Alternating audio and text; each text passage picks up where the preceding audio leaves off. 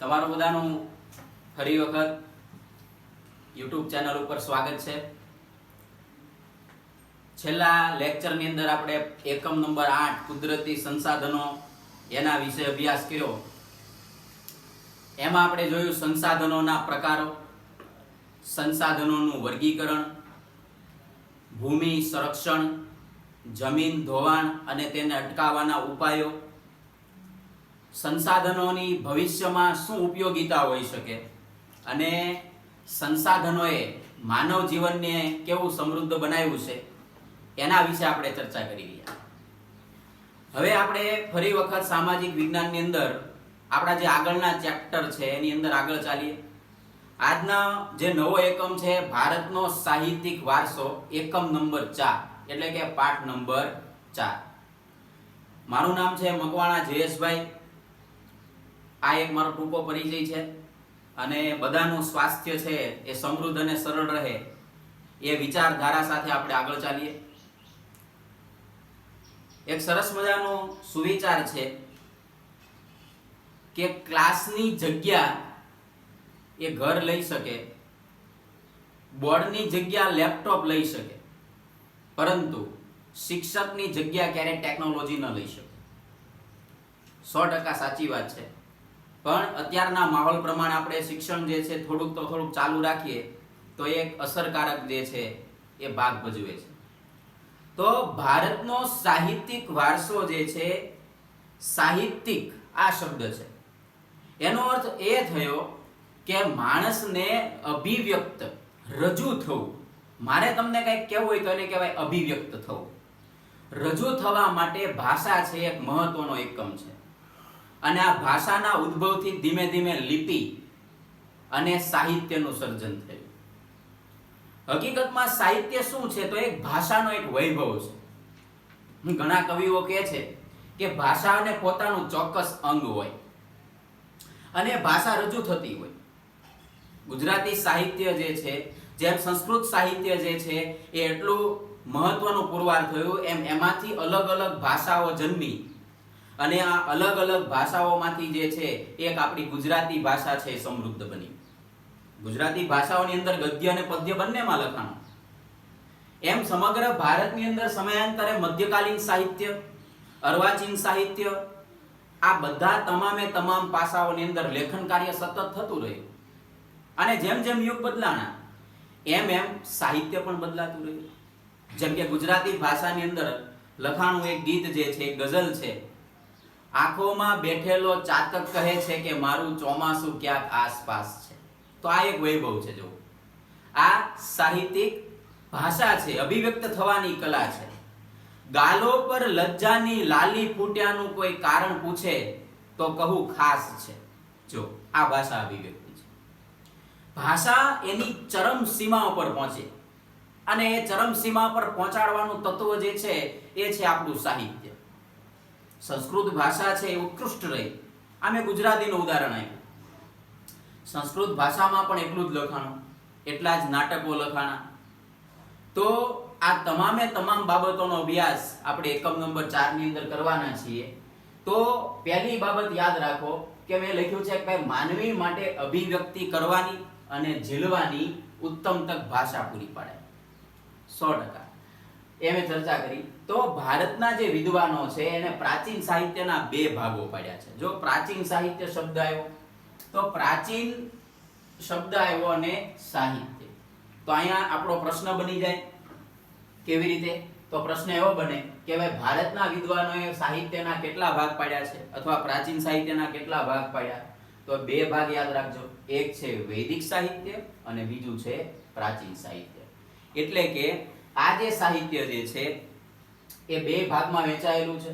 તો ખાસ યાદ રાખજો, એક છે વૈદિક સાહિત્ય અને બીજું છે પ્રાચીન સાહિત્ય। હવે જો વૈદિક સાહિત્ય શા માટે શબ્દ બને? વૈદિક સાહિત્ય એટલા માટે કારણ કે એ વખતે મોટા ભાગનું જે સાહિત્ય લખાતું એ વેદો પર આધારિત હતું। વૈદિકનો મતલબ જ થાય, અર્થ જે થાય। વેદનો મૂળ અર્થ વિદ છે, વિદ ધાતુ છે અને વિદ ધાતુ પરથી બન્યો વેદ અને વેદનો અર્થ થાય જ્ઞાન, નોલેજ। બરાબર? તો અહીંયા જે છે વેદો પર આધારિત હોવાથી એને વૈદિક સાહિત્ય કહેવાય. અને આ પ્રાચીન, આને આપણે પ્રશિષ્ટ પણ કહી શકીએ. તમે જુઓ કે આને આપણે પ્રશિષ્ટ સાહિત્ય પણ કહીએ. પ્રશિષ્ટ એટલે મૂળ સંસ્કૃત ઉપર જ આધારિત હોય. બંને સંસ્કૃત ઉપર જ છે પણ આ વેદો ઉપર આધારિત હતું અને આ સંસ્કૃત ઉપર આધારિત છે એટલે એને પ્રશિષ્ટ સાહિત્ય કહેવાય. ક્લાસિકલ કલ્ચર છે, બરોબર, એટલે કે એ સંસ્કૃતિની ધરોહર છે. તો વૈદિક સાહિત્ય અને પ્રશિષ્ટ સાહિત્ય, આ બંનેની અંદર મહત્વની ભૂમિકા ભજવનાર જો કોઈ મહત્વની ભાષા હોય તો એ સંસ્કૃત ભાષા હતી. અને મોટા ભાગની ભાષાઓની જનની પણ સંસ્કૃત છે. કેમ? તો કે આર્યો જે છે, આર્યોનો ચોક્કસ ઇતિહાસ આપણને મળે છે. ઘણા બધા વેદોની અંદર એનો ઉલ્લેખ પણ મળે છે. અને વેદો જે છે આર્યો દ્વારા જ રચાણા. અને હું તમને સ્પષ્ટતા કરી દઉં કે વેદ છે ને એ કોઈ એક વ્યક્તિ દ્વારા લખવામાં આવેલું સાહિત્ય નથી. અલગ અલગ સમયે એની અંદર એડિટિંગ થતું ગયું અને અલગ અલગ સમયે એમાં લખાતું રહ્યું. તો એક વેદો છે. અને આ વેદો જે છે મુખ્ય 4 છે. તો ખાસ યાદ રાખો વેદો વિશે. હવે જે વાત કરવાની છે એ એક છે કે વેદ શબ્દ આવે, સંસ્કૃત શબ્દ આવે એટલે પહેલી વ્યક્તિ યાદ રાખવાની કે મહર્ષિ પાણિની. આ જે મહર્ષિ પાણિની જે છે એ સંસ્કૃત ભાષાના મહાન વ્યાકરણ શાસ્ત્રી હતા. તો આ એક સવાલ થઈ ગયો આપણી માટે, ખરા ખોટામાં પણ પૂછી શકાય. તો યાદ રાખો કે મહર્ષિ પાણિની જે છે એ સંસ્કૃત ભાષાના મહાન વ્યાકરણ શાસ્ત્રી હતા. અને તેણે વ્યાકરણની સેવા કરવા માટે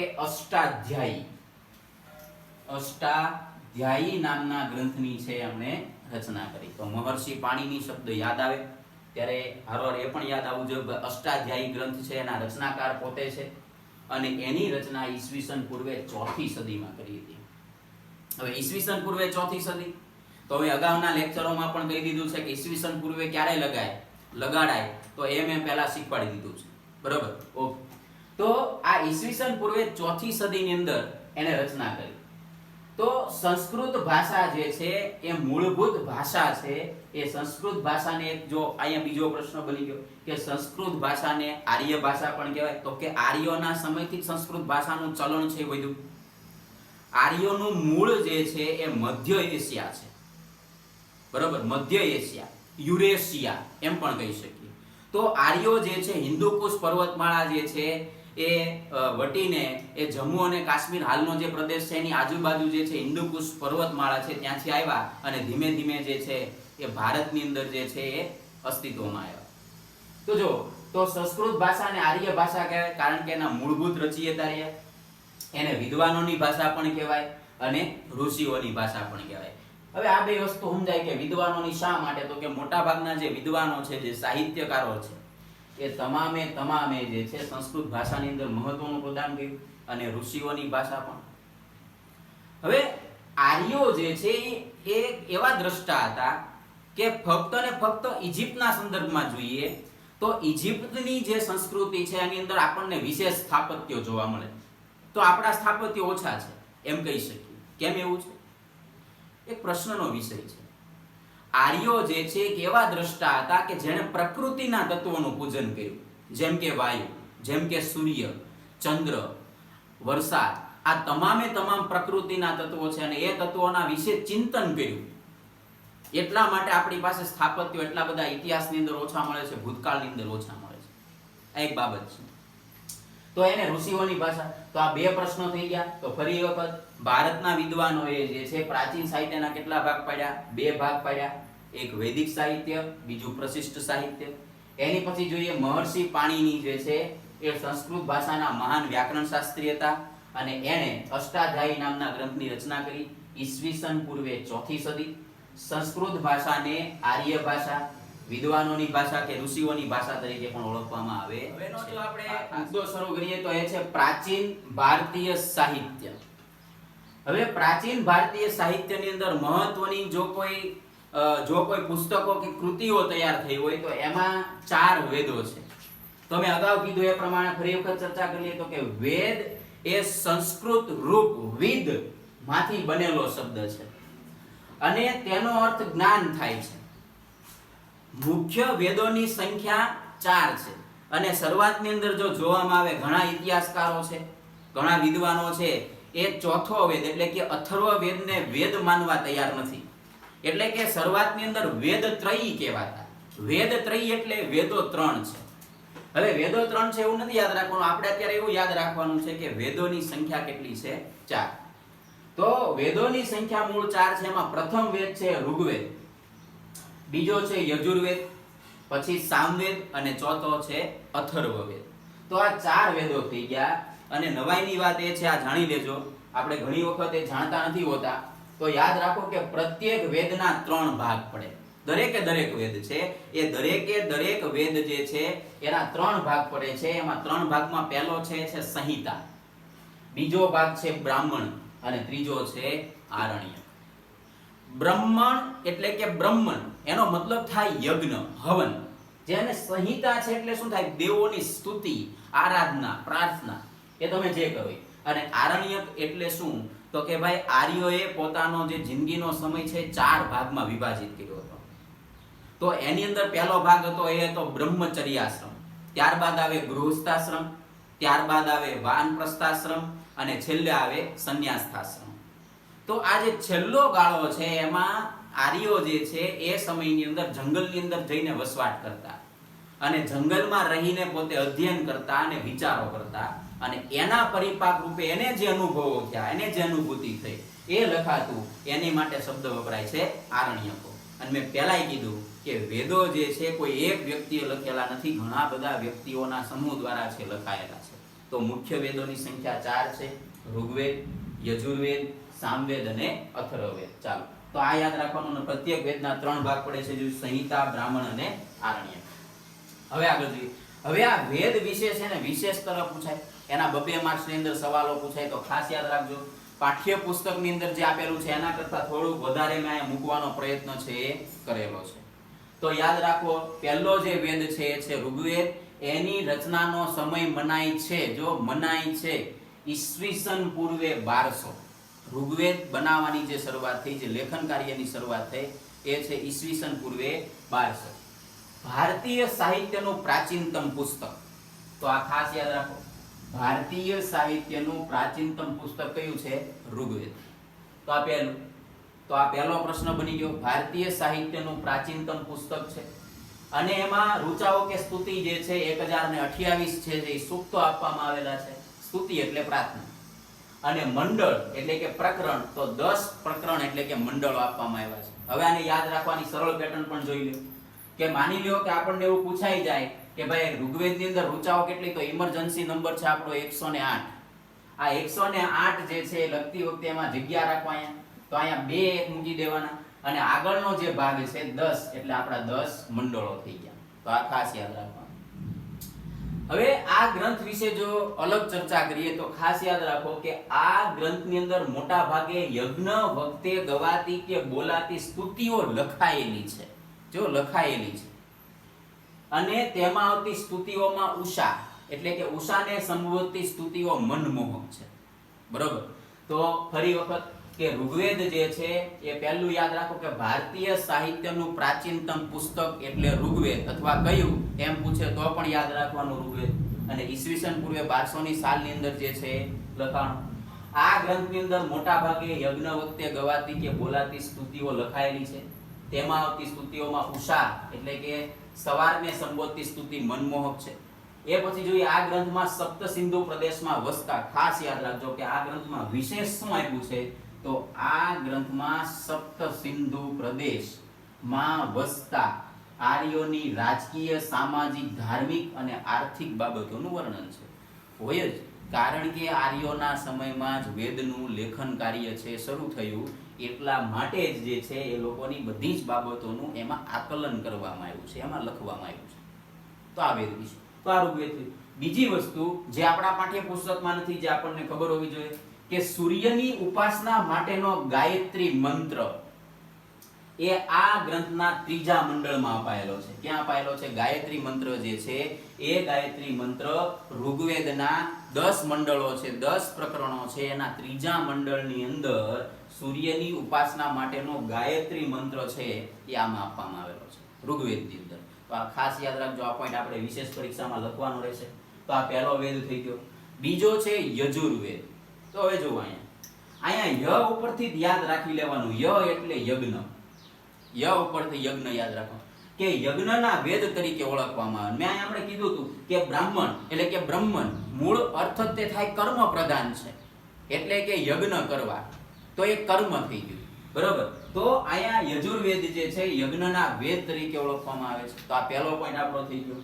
આ વેદ ગદ્ય અને પદ્ય સ્વરૂપે રચાયેલો છે. જો ગદ્ય અને પદ્ય, તો ગુજરાતી સાહિત્યની અંદર આપણે જે પાઠ ભણીએ છીએ ગદ્ય સ્વરૂપે છે, ખૂબ જ લાંબુ લખાણ છે. અને પદ્ય છે ને આપણે શું કહીએ છીએ, મોટા ભાગે કવિતા કહીએ છીએ. તો આ વેદ બંને સ્વરૂપે રચાયેલો છે. અને યજ્ઞ વખતે બોલવામાં આવતા મંત્રો, ક્રિયાઓ, વિધિ વગેરેનું વર્ણન છે. તો ખાસ યાદ રાખવાનું કે ભાઈ ઈ વખતે જે બોલવાના જે મંત્રો છે, ક્રિયાઓ કેવી રીતે કરવાની છે વગેરેનું વર્ણન એમાં કરવામાં. ભાઈ યજ્ઞની અંદર હવિઓ છે કઈ રીતે ઉમેરવાના છે, એની અંદર કયા કયા તત્વોનું મિશ્રણ કેટલા પ્રમાણ, તો એ તમામ બાબતો જે છે યજુર્વેદની અંદર આપેલું છે. એટલે તેને યજ્ઞ માટેનો વેદ કહેવામાં આવે છે. હવે જો હજી એની આપણે સ્પષ્ટતા પાડીશું. યજુષ શબ્દનો અર્થ થાય યજ્ઞ, અને મેં કીધું એમ કર્મ પ્રધાન છે. તો યજુષ શબ્દનો અર્થ શું થાય છે, યજ્ઞ. અને યજુર્વેદ જે છે તેમાં બે ભાગો આવેલા છે. એમાં પહેલો ભાગ છે એને કૃષ્ણ યજુર્વેદ કહેવાય ને બીજાને શું કહેવાય, શુક્લ યજુર્વેદ. તો આ વાત થઈ યજુર્વેદ વિશે. બરોબર. તો આ યજુર્વેદની ખાસ યાદ રાખો. આની અંદર આપણને સ્તુતિઓ લખાયેલી છે. આની અંદર યજ્ઞ કેમ કરવો, યજ્ઞકુંડ કેમ બનાવવો, આ તમામ બાબતો યજુર્વેદની અંદર આપવામાં આવેલી છે. ત્રીજો મહત્વનો વેદ છે એ છે સામવેદ. સ ઉપરથી યાદ રાખો સંગીત. જો મેં અહીં કેમ કીધું, ય ઉપરથી યજ્ઞ અને સ ઉપરથી સંગીત, તો યાદ રહી જાય તરત. તો જે સામવેદ છે એને સંગીતના વેદ તરીકે ઓળખવામાં આવે. કેમ જોઈએ આપણે, તો જો આપણે અહીંયા જોયું કે ભાઈ ઋગ્વેદની અંદર એ મોટા ભાગે યજ્ઞ વખતે ગવાતી કે બોલાતી પ્રાર્થનાઓ લખાયેલી છે, પણ એને કેમ ગાવી, આમાં યજ્ઞ કેમ કરો. હવે યજ્ઞ વખતે બોલાતા જે શ્લોકો છે એ રાગ લય દ્વારા કેવી રીતે બોલાય, કેવી રીતે ગવાય, એના વિશેની તમામ પ્રવિધિ સામવેદની અંદર આપેલી છે. એટલે સામવેદને સંગીતની ગંગોત્રી તરીકે ઓળખવામાં આવે છે. આવું આપણે વાંચ્યું. ચાલો, તો ઋગ્વેદની ઋચાઓનું ગાન કરવા માટે આ વેદ ઉપયોગી છે. જે સ્તુતિઓ છે, જે પ્રાર્થના છે, કઈ રીતે ગાવી એના વિશે. બીજું કે આ શ્લોકો લય અને રાગ સાથે કેવી રીતે ગવાય. બરોબર. જો આ શ્લોકો લય અને રાગ, તો હવે વિચારો કે રાગ છે એ મુખ્ય 5 છે. બરોબર છે. શ્રી, દીપક, મેઘ, હિંડોળ અને ભૈરવી, આ મુખ્ય 5 રાગો છે. એના પેટા પ્રકારો પણ પડે છે. અને લય એટલે શું, તો કે ભાઈ ગીતની અંદર કોઈ પણ શ્લોક તમે ગાઓ છો, કોઈ પણ ગીત ગાઓ છો, તો એ ગીતની અંદર એક ચોક્કસ પ્રકારનું લઢણ હોય, એને એ રીતે જ ગાવામાં આવતું હોય. દાખલા તરીકે જો મોરલી તો ચાલી રંગ રૂસણે રે, કોણ મનાવા જાય રંગ મોરલી. જો આ એક પ્રકારનો શું થઈ ગયો, લય. તો આ શ્લોકોની અંદર પણ આવા લય હોય. તમે યા કુંદે તુષાર હાર ધવલા આપણે ગાયેલો છે શ્લોક, તો એની અંદર પણ ચોક્કસ પ્રકારનો લય છે, સમાયેલો છે, એનો એક ચોક્કસ રાગ છે. ચાલો, તો આ ગવાય છે એની માટેની વિધિ આપવામાં આવી છે. આથી આ વેદને સંગીતની શું કહેવાય છે, ગંગોત્રી. તો ખાસ યાદ રાખો, આ યજ્ઞ માટેનો છે, આ સંગીત માટેનો છે. એના પહેલા અક્ષર તમે યાદ રાખી લો. અને છેલ્લો જે મહત્વનો વેદ છે એ છે અથર્વવેદ. તો અથર્વવેદ છે, આપણી ચોપડીમાં નથી આપેલું, ખાસ યાદ રાખો. તેનું સંકલન અથર્વ અથવા અથર્વા ઋષિ દ્વારા કરવામાં આવ્યું છે. અને આ અથર્વા ઋષિ જે છે એને એનું સંકલન કર્યું છે. એની અંદર 731 ઋચાઓ અને 20 અધ્યાયોમાં વિભાજિત છે. જો અહીંયા શબ્દો આવી ગયો અધ્યાય, કેટલા, 20, 731 ઋચાઓ. હવે અહીંયા જે અધ્યાયના સંદર્ભમાં છે એ પ્રકારના આપણે પ્રકરણ પણ કહી શકીએ. જેમ કે શ્રીમદ ભગવદ ગીતા છે, તો શ્રીમદ ભગવદ ગીતાના જે ભાગો છે એની માટે આપણે કહીએ છીએ અધ્યાય. એવી જ રીતે રામાયણ છે, તો રામાયણ માટે જે છે એને એના જે વિભાગો છે એને આપણે કહીએ છીએ કાંડ. બરોબર. તો આવા જે ભાગો છે એની માટે યાદ રાખો કે અથર્વવેદ છે એમાં 731 ઋચાઓ અને 20 અધ્યાયોમાં વિભાજિત છે. અહીં કર્મકાંડો અને સંસ્કારોનું વર્ણન કરવામાં આવ્યું. કર્મકાંડ એટલે શું, તો કે ભાઈ યજ્ઞ કરવાનો છે, યજ્ઞની અંદર કેવી રીતે કાર્ય કરવાનું છે એના વિશેની ચર્ચા હોય. અને સંસ્કારો, તો હિન્દુ ધર્મની અંદર પવિત્ર 16 સંસ્કાર માનવામાં આવે છે, બરાબર. તો એ સંસ્કારો જે છે એનું વર્ણન અહીં કરવામાં આવેલું છે. તો હું તમને એક એમાંથી સંસ્કાર કહું, જેમ કે યજ્ઞોપવિત એક આપણો સંસ્કાર છે, એટલે કે જનોઈ ધારણ કરવી. એવી જ રીતે છે મુંડન, એવી જ રીતે છે મૃત્યુ, તો મૃત્યુ એક સંસ્કાર છે. એવી જ રીતે છે લગ્ન, તો લગ્ન પણ એક સંસ્કાર છે. જો આવા બધા સંસ્કારો 16 સંસ્કારો છે, એના વિશેની વાત અથર્વ વેદની અંદર કરવામાં આવેલી છે. ચાલો, તો આ 4 વેદો પૂરા થઈ ગયા. આનું એક રિવિઝન મારી લઈએ. તો યજુર્વેદ, તો એને યજ્ઞના વેદ તરીકે ઓળખવામાં આવે છે.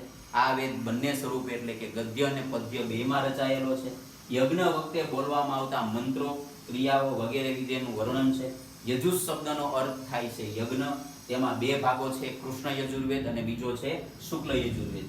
પછીનો જે મહત્વનો વેદ છે એ છે સામવેદ. તો સામવેદને સંગીતના વેદ તરીકે ઓળખવામાં આવે છે, એટલે કે ઋગ્વેદમાં આપેલી ઋચાઓનું ગાન કેવી રીતે કરવું એની વિધિ જે છે સામવેદમાં જોવા મળે. પછીનો પોઈન્ટ યાદ રાખો, આ શ્લોકોને લય અને રાગ સાથે કેવી રીતે ગવાય એ માટેની વિધિ આપવામાં આવેલી છે.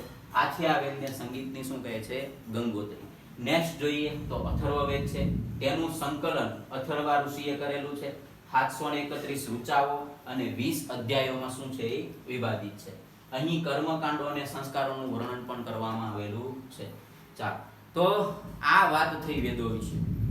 હવે એની પછી જો કોઈ મહત્વની રચના જે છે એ થઈ હોય તો એ છે ઉપનિષદ. એનું આપણે પાછું આગળ હજી વધારે પણ જોવાના છે. તો ઉપનિષદનો સાચો અર્થ થાય ગુરુ પાસે બેસીને પ્રાપ્ત કરવાની વિદ્યા. બરોબર, ગુરુ પાસે બેસીને પ્રાપ્ત કરવાની વિદ્યા, એટલે એને આપણે કહીશું ઉપનિષદ. તો ખાસ યાદ રાખી લો, ઉપનિષદોની સંખ્યા છે 108. આપણે ઇમરજન્સી નંબર યાદ રાખો, બરોબર, 108. અને મેં હમણાં કીધું તું કાંઈ બગડો વચ્ચે મૂકી ગયો, 10 પછી 2 મૂકો એટલે 1028 થઈ જાય. તો ઋગ્વેદની ઋચાઓ આપણને ખબર પડી જાય. અને મુખ્ય ઉપનિષદોની સંખ્યા છે 11. કટ, કેન, મુંડક, માંડુક્ય, એત્રેય. તો આ બધી જે છે ઉપનિષદો છે, જે મુખ્ય ઉપનિષદો છે. તો મુંડકો ઉપનિષદ ભારતની અંદરનું જે સૂત્ર લીધેલું છે સત્યમેવ જયતે, કે સત્યનો હંમેશા વિજય થાય છે, તો એ મુંડકો ઉપનિષદમાંથી લીધેલું છે. તો આ ઉપનિષદો છે. બીજું કે ઉપનિષદોની અંદર ગૂઢ વિદ્યાઓ, આ જીવનની શરૂઆત, પૃથ્વીની ઉત્પત્તિ, અવકાશ વિશે પણ ખૂબ જ ઊંડાણથી ચિંતન કરવામાં આવ્યું છે. એના વિશે માહિતી આપવામાં આવેલી છે. ઓકે,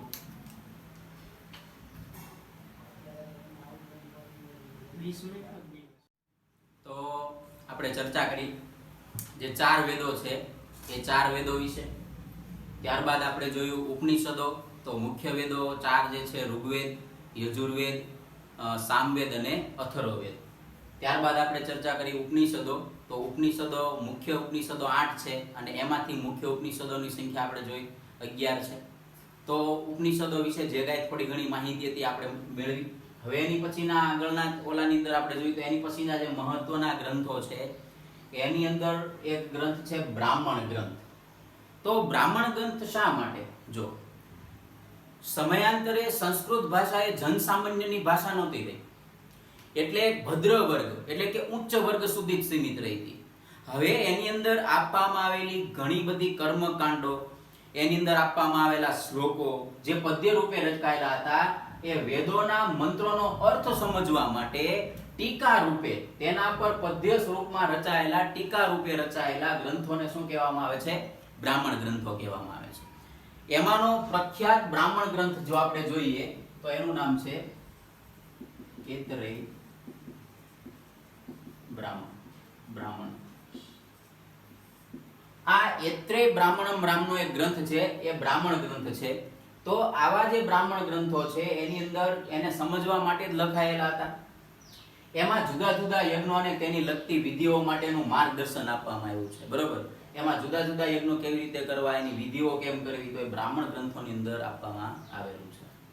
એની પછી જો મહત્વનો ટોપિક છે આરણ્યકો. તો જો અહીં લખી નાખીએ આપણે, તો કે આર્યો પોતાના જીવનનો અંતિમ સમય અરણ્ય. તો અરણ્યનો અર્થ શું થાય? અરણ્યનો મતલબ થાય જંગલ કે વન. આર્યો પોતાના જીવનનો અંતિમ સમય, અરણ્ય એટલે કે વન, એટલે કે જંગલમાં જઈને પસાર કરતા. મેં હમણાં અગાઉ પણ કીધું કે આર્યોએ જે છે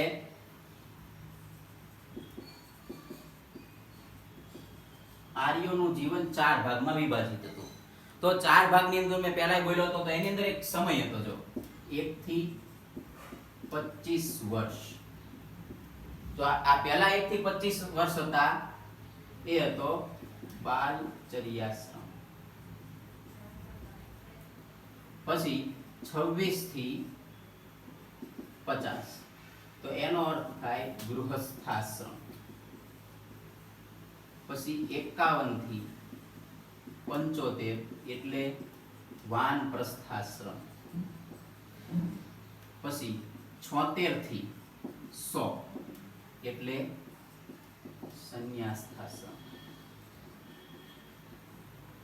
બરાબર, આ રીતે.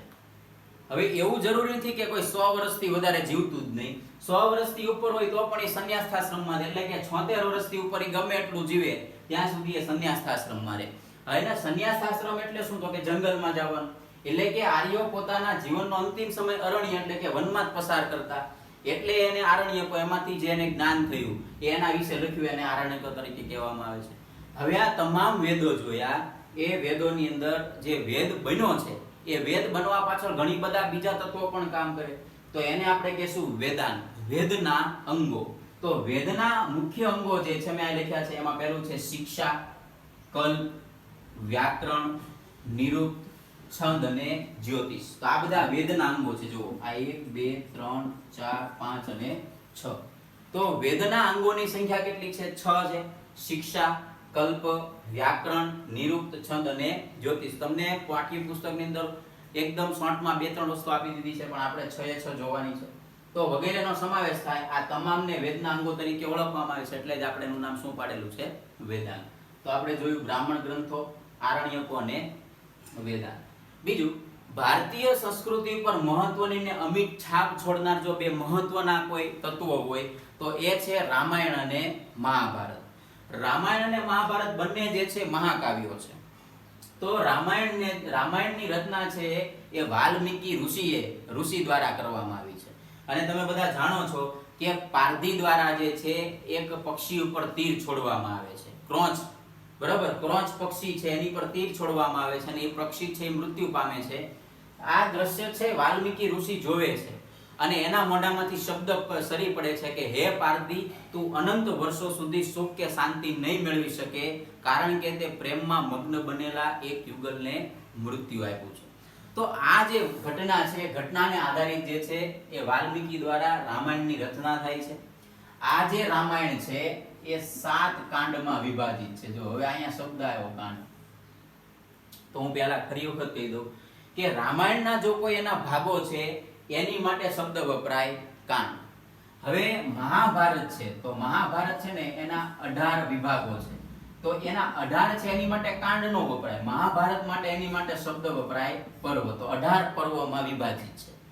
હવે મહાભારતમાંથી તે શ્રીમદ ભગવદ્ ગીતા ની રચના થઈ. મહાભારત આધારિત તે શ્રીમદ ભગવદ્ ગીતાની રચના થઈ. તો એની અંદર 18 જે ભાગો છે એ 18 ની અંદર જે 18 ભાગો છે એ 18 ની અંદર એને આપણે શું કહીશું? પર્વ તરીકે ઓળખવામાં. સોરી, એની માટે શબ્દ વપરાશે અધ્યાય.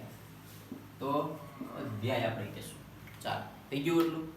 તો રામાયણ જે છે વાલ્મીકી ઋષિ દ્વારા બનાવવામાં આવી અને એની અંદર 7 કાંડ છે એમાં વિભાજિત છે. અને એની અંદર યાદ રાખો રામના અયન એટલે કે ગતિ. રામ એ પોતાનું જીવન કેવી રીતે વ્યતીત કર્યું, કેવી રીતે પસાર કર્યું, એના વિશેની આખી કથા રામાયણની અંદર આપવામાં આવેલી છે. મુખ્ય કાંડોની સંખ્યા 7 છે. રામ અને લક્ષ્મણ, તો આ બધા જે પાત્રો છે એ રામાયણના અમર પાત્રો છે અને એના દ્વારા કેવી રીતે જીવન જીવવું જોઈએ એના વિશેની એ પ્રતીક સમાન છે રામાયણ. અને કરોડો વર્ષો, લાખો વર્ષો સુધી અને હજારો વર્ષોથી આ આખી કથા છે આપણે સાંભળતા આવીએ છીએ. અને આ કથાનો પ્રભાવ જે છે એ આટલા કરોડો લોકો ઉપર જે છે આજે પણ આસ્થાનો વિષય છે બનાવી રાખ્યો છે. ત્યાર પછીની જે મહત્વની કૃતિ છે એ છે મહાભારત. તો મહાભારત જે છે 18 પર્વની અંદર છે એ વિભાજિત થયેલું છે. અને 18 પર્વ એની અંદર અત્યારે હાલમાં તો 1 લાખ કરતા વધુ શ્લોકો છે. બરોબર. તો શરૂઆતની અંદર જે છે એનું નામ હતું જય સંહિતા. તો વેદ વ્યાસ એના રચયિતા છે. વેદ વ્યાસ, મહર્ષિ વેદ વ્યાસ, જેને કૃષ્ણ દ્વૈપાયન તરીકે પણ ઓળખવામાં આવે છે. 1 લાખ કરતા વધારે શ્લોકો છે. યાદ રાખો, શરૂઆતની અંદર એનું નામ હતું જય સંહિતા, ત્યારબાદ એનું એડિશન કરવામાં આવ્યું, ત્યારબાદ પડ્યું નામ ભારત, અને ત્યારબાદ અત્યારનું જે લેટેસ્ટ એડિશન છે, જે લેટેસ્ટ આપણી પાસે છે, એને આપણે કહીએ છીએ મહાભારત, જેની અંદર 1 લાખ કરતા વધારે શ્લોકો છે આપવામાં આવેલા છે. તો આ પદ્ય સ્વરૂપે લખાયેલા છે અને મહાકાવ્યો તરીકે પણ એને ઓળખવામાં આવે છે. તો એના વિશે આપણે ચર્ચા કરી. હવે પછી આપણે નેક્સ્ટ લેક્ચરની અંદર પાછા ચર્ચા કરીશું, પાછા મળશું અને નેક્સ્ટ લેવલ ઉપર વાત કરશું શ્રીમદ ભગવદ ગીતા વિશે.